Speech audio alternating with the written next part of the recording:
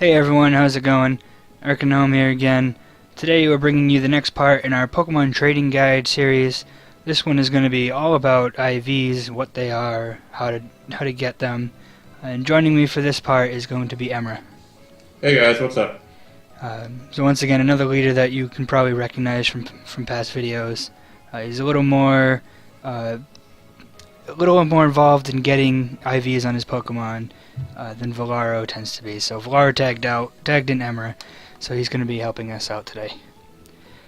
So we're just going to start off kind of reiterating what IVs are.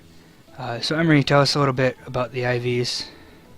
So IVs are a hidden stat, or hidden stat that determines just your Pokemon stats. So IVs range from 0 to 31, 31 being the highest, 0 being the lowest, and they impact like how high or low your stats could be. So for example, like a Pokemon with 31 IVs will have a higher will have a higher attack than a Pokemon with like 0 IVs or even like 15 IVs. If you can show the formula, Yeah, IVs are part of that formula. Yeah, pop that up on screen. You can see that just at the beginning, inside those parentheses on the top of the fraction there, you get to see the IVs. So that's where those values go in that equation. Mm-hmm. So we're going to start off with just how they're passed on and how to tell them, because as Emma mentioned, they are a hidden value, but there are ways to tell what they are. But the basic way to get IVs is they're basically chosen at random. When you run into a Pokemon, that Pokemon's IVs have already been decided by the game, chosen anywhere from 0 to 31 for each one. You can also get them, when you hatch a Pokemon, as soon as you receive the egg, that egg's IVs are decided as well. And they're chosen at random. There are ways to manipulate IVs when breeding, and that's what we'll be going more in depth on further into this episode. So first we're going to start here. I'm going to go into the Pokemon Center. So this is the Pokemon Center at the Battle Resort. And this is going to be, the Battle Resort is going to be very important for breeding, for IVs and everything. And the first person we want to go to is over here in the back right. And now this guy is like an IV checker, and he will basically tell you what your Pokemon's IVs are. He won't tell you direct, he gives you certain phrases that will tell you a range that they're in, or can tell you if they're maxed or very low. And then also their overall IVs, about their average IV and everything. So if you look here, you can show the different things that he can say for your total IVs. So you see, it's possible, very uncommon for Pokemon to have 0 IVs at all. So if the total IVs for all of them is 0 to 90, he's going to tell you that the Pokemon is decent. But it's decent, but they're not great. You can definitely do a lot better because they're the lowest tier. And then we can see when you step it up and the average is between 91 and 120, or the total is between 91 and 120, it'll tell you that the Pokemon is above average. If the total is between 121 and 150, he'll tell you that it's relatively superior. And if it's between 151 and 186, 186 being the max total, then he'll tell you that your Pokemon is outstanding. So that will give you kind of a gauge of how good the Pokemon is overall. Now, after he gives you the overalls, he goes into individual stats. So Emmer, tell us a little about what he says about the individual stats. So he'll go through the stats, and whatever has the max, whatever is the lowest, he'll like say it. So he'll go read through your stats, and he'll say something along the lines of, say if your IV and attack is 31, he'll be like, wow, his attack can't be beat, or his speed can't be beat. He'll say that in repetition. And then if you have anything that's like really bad, he'll say something like negative about it. Mm-hmm. So like it's rather decent, or like it won't get anywhere with that speed, or something like that. If, for example, you don't have a Pokemon with 31 IVs, he'll just tell what the max stat is, and he'll say something along the lines of like that attack is fantastic, or that attack is good, or something like that. Mm-hmm. So if he tells you that a stat is fantastic, you can see that range. The IV is either between 26 and 30, but the rest of the stats, whatever that particular stat IV is, the rest of the stats are lower, so you won't have anything higher. If there are multiple stats that have the same IV, then he will list all of them, and he'll tell you, oh, well, this stat is also good. This stat is also good. So when he gives you multiple stats, you can tell that they're all even. So we're going to just take a little look at some of the things that he can say here. Pop that picture off the screen here. So I'm going to talk to him, and I'm going to start off. I'm going to test out this Diggersby that I have. So he's going to tell me the Pokemon's potential is above average overall. So we pop this back up, and we can see his IV total is going to be between 91 and 120 because he is above average. So I'm going to continue here. Now I would say its greatest potential lies in its attack. So that means that its attack is its highest IV. Now he's going to say that it has some fantastic stats. So that tells us that the attack is higher, everything else is lower, there's nothing that's on the same. Pop it up here. It has some fantastic stats. We can see that fantastic means that the range is between 26 and 30. So we know its attack is between 26 and 30, everything else is lower. And we continue, and that ends it. So he never said anything else, so that means that nothing is extremely low or anything like that, but we can tell that it's not great. Now, next we'll give you another example here, the Sharpedo that I have on me. So we're going to continue. Decent potential. You still have the stat thing on, so just... Oh, I can get rid of that. I apologize for that. So it'd say its greatest stat is its speed. So you can see that its speed is its highest. Definitely has some good stats. So it's lower than fantastic. But here it's going to tell me the special attack won't even leave a scratch on our opponent. So that's going to tell me that the special attack is really low. And it's not helping me out a whole lot. So if I'm looking for special attack, it's another one that IV that I want to try and replace. And I have one more example that's going to tell you, some of the better IVs. See here, so my Dragonite that I have here is outstanding potential overall. This is going to tell me greatest potential lies in its HP. It also says its attack, its defense, its special defense, and its speed. So you can see there that all of those are equal. And because of what he said, they're all maxed, the 31. So everything but its special attack is maxed. Usually when you're breeding for Pokemon and you want to get max stats, you're trying to look for that saying HP, attack, defense, whatever. And then you're trying to look for it can't be beat. Yep. But some people might wonder why do you want a Pokemon with say zero IVs? Well, for stuff say if you're looking for zero IVs and speed, that could be useful for for Trick Room teams. Mm-hmm.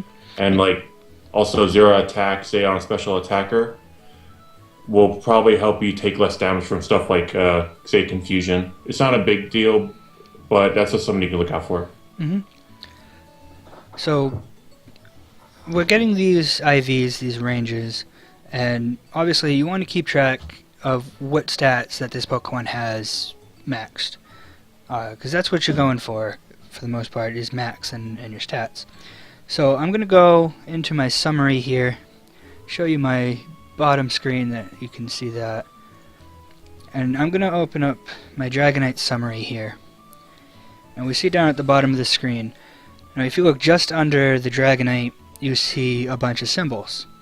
You see the blue pentagon, the 5-sided figure. That tells you that it was just bred in Kalos, is what that is. But then you see the next 6 symbols. Now, what a lot of trainers do is they use these symbols to keep track of what IVs they have maxed. So we can see that I have 5 of them that are the darker shade, one of them that is grayed out. And so these represent my stats. The first one, the circle, is HP. The second one, the triangle, is attack. The third one is defense. Fourth one is special attack. Fifth one is special defense. And the last one is speed. So we saw from the IV tracker that everything on Dragonite is maxed except for special attack. So I have everything except for the fourth one checked off. And that's just a way that it can help you keep track, and it's what most people do. And that's the order people usually go in, is the HP, attack, defense, special attack, special defense, speed. Yeah, you might see these on like a Pokemon you might get from like say Wonder Trade or something, and you might wonder like, why does he have these symbols filled out? That could be an indication that maybe this Pokemon has some good IVs. So always be on the lookout for that. So we can close out of this now. Alright, so next we're going to just show you where the daycare is. So we're still here over on the Battle Island here. So I'm going to go to the right of the Pokemon Center, and this building right here is the daycare. You can go inside, give your Pokemon to the daycare lady, and if you have 2 Pokemon in there, you can get an egg from them. That's something that we'll talk about later, how you're going to get an egg and all that. But first we're going to go over kind of a list of items that can help you when breeding to pass on IVs. So we're going to go over here, I'm going to hop on my bike to go a little faster, and I'm going to go up to the Battle Mason. And I'm going to go inside, I'm going to go over to the left here, and I'm going to talk to this person who gives out prizes for BP, or battle points. I'm going to talk to her, I'm going to scroll down. So the items you want to look at here are these power items. And they're going to be very useful for passing on specific stats. So these are something that you want to pick up. If you have the battle points, grab one of each. It's really going to help you for breeding. And we'll go over how a little later. And those will also be useful for EV training as well, if you remember from the last video, or from one of the earlier videos when we explained it. Yeah, they're very useful for horde training for EVs. The other item that you also want to get your hands on is the Destiny Knot. Now, the Destiny Knot, there was an effect added to it in Gen 6 where it helps guarantee IVs being passed down. So that's something that you're going to want to get. It can be a little bit difficult to get, but there are a few that you can go for. It just takes a little time to get. So, Emre, can you tell us how we can get that? Sure. So, Destiny Knot is an item given out by NPCs, and in X and Y and Oros, there are a couple places you can get it. So, in Oras over here, you can get it from C. Malville. There is a young couple you can battle there, and you can rematch them. And randomly during any of their rematches, they'll give you the Destiny Knot. So it could take 1 rematch, it could take 2, 3, but they will eventually give it to you. Another location you can get in Oras is in the contest hall. If you're a master rank, one of your fans, I believe after like a contest, will come up to you and give you the Destiny Knot. So those are 2 locations in Oras. Now, if you're playing X and Y, you can still get a Destiny Knot there as well. In Lumiose City, there's a beauty in one of the alleys who will give it to you, I believe after you battle her or just talk to her. And then there's also a maid in a hotel in Sea Lodge City, which I believe Sea Lodge is possibly where the second gym leader is. That's the rock-type gym leader. Yeah, where the rock-type gym leader is located. There's a hotel, and in one of the rooms, a maid will give you a Destiny Knot. So that's definitely something that you're going to want to grab and will help you out. It can be argued that the Destiny Knot is more useful than the power items. And Erkenhelm will explain why that's the case. Yeah, we'll get into that after we first go over how IVs are passed down through breeding. So I'll travel over to the Pokemon Center again, and we can hang out over there. And we could talking about IVs. So, as we mentioned, IVs are passed on by breeding, and now we'll get a little more in depth. So, the IVs that are passed on, they depend on the parents, and by default, the 2 parent Pokemon will pass down a total of 3 IVs, and the IVs can be taken from either of the parents, and any kind of combination. You can get 1 from one, 2 from the other. You can get 3 and 0. It can be mixed, but it will always guarantee 3. And then the other 3 IVs of the child Pokemon will be randomized. So we have a little example here that Emery put together, and he can kind of go over it to kind of show you. So here you can see that The Fs represent the father's IVs, and the Ms represent the mother's. So going from the order that we stated earlier, the first one is HP, attack, defense, special defense, and speed. Now, when you breed two Pokemon together, what the game does is when it generates an egg, it'll pick a random stat. It'll pick 3 out of the 6 stats from either the father or the mother. So you see here, the child could have, like, say, its mother's HP, its father's attack, its mother's defense, and then the rest could be randomly generated. That's one possibility. It can also be, like, say, something like father's special attack, mother's defense, father's speed, something like that. So that's something to keep track of when you're breeding Pokemon. Like, a general rule is, like, if the parents have good IVs, the children will have good IVs as well. Mm. And so here now is where those power items come in, and the Destiny Knot. So what the power items do is each power item relates to a specific stat. Now, if your EV training, as we've gone over before, that increases the amount of EVs you gain for that particular stat that item affects. But for breeding, if you make a Pokemon hold one of those power items, then that will guarantee that that particular IV from that parent will be passed on to the child. So if we, look at this example with the father and mother, if the father is holding the HP power item, then it's guaranteed the father will pass down its HP. So instead, on the child, instead of the M, it would be the F, and that one would be guaranteed. No matter how many eggs you get, you're going to have that same HP. So that's very valuable if you're trying to pass on a specific one. And the same goes for the other power items. The speed one will pass down the speed guaranteed. But you don't want to put 2 power items, one on each parent, because at that point, it will no longer guarantee that the stats are passed down, the IVs are passed down. Yeah, so if the father and mother both have, like, the power belt, which I forget exactly what stat that does, but I think it does, like, HP or something. Mm-hmm. It'll be a 50-50 from both the mother and father, which isn't really that useful if you just want to pass, if the mother and father both have different IVs. Yeah.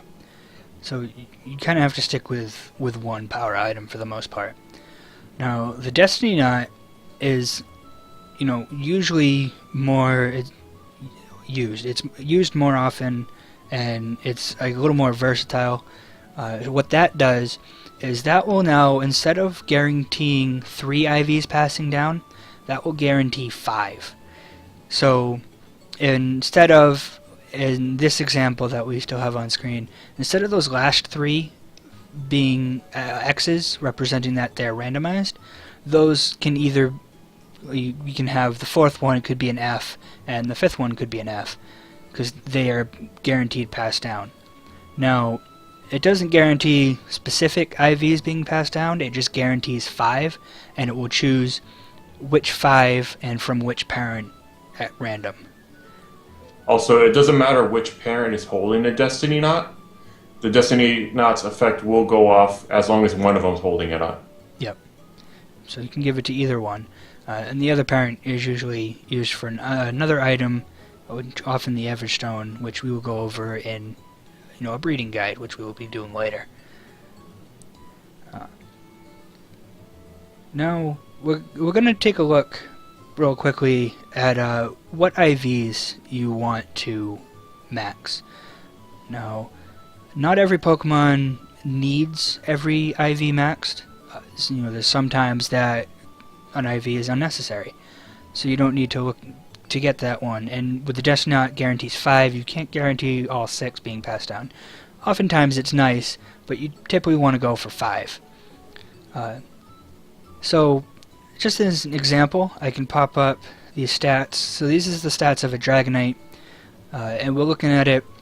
So typically, Dragonites, we can see its attack is really high, so we're going to be training attack. So that means all of its attacks are going to be, the physical attacks, not going to be using the special for the most part, if that's the way we decide to train it. So you can see that special attack IV, it doesn't need to be maxed because it's not going to be used. So in that case, we can kind of ignore that, and we can try and pass down the other 5. it makes it a little simpler not needing all 6, but there are some situations where all 6 can help. And, pretty much always the HP and defense and special defense are pretty much always going to be useful. Sometimes there are some sets where you don't want them, and it depends on the Pokemon and what you're going for and everything. And same goes for speed. Speed is very useful. So those plus whichever kind of attack you want are usually the 5 that you're going for to max out. Mm-hmm. Now, there are a couple other ways where you can guarantee IVs. The first one would be things like the Friend Safari. The Friend Safari in X and Y will guarantee that whatever Pokemon you catch are guaranteed to have 2 of their IVs maxed, at least. The other 4 can be a random number, so you can get more than 2, but you're guaranteed at least 2. And then for legendaries, like Zapdos or Moltres, like you run into a legendary bird in X and Y, or say Groudon or Kyogre and Oras, those are all guaranteed to have at least 3. And again, the other 3 will be randomized, but you're guaranteed to have 3 of them will be maxed. And the other way you can use them is through the Dex Nav. The Dex Nav, by using that, can help you guarantee some IVs as well. Yeah, the higher chain you got on the Dex Nav, the higher chance you have of getting perfect IVs. Mm-hmm. And I think the last point that we're going to cover here is hidden power. Hidden power is tied to IVs. The typing and the strength of it is determined by what your Pokemon's IVs are.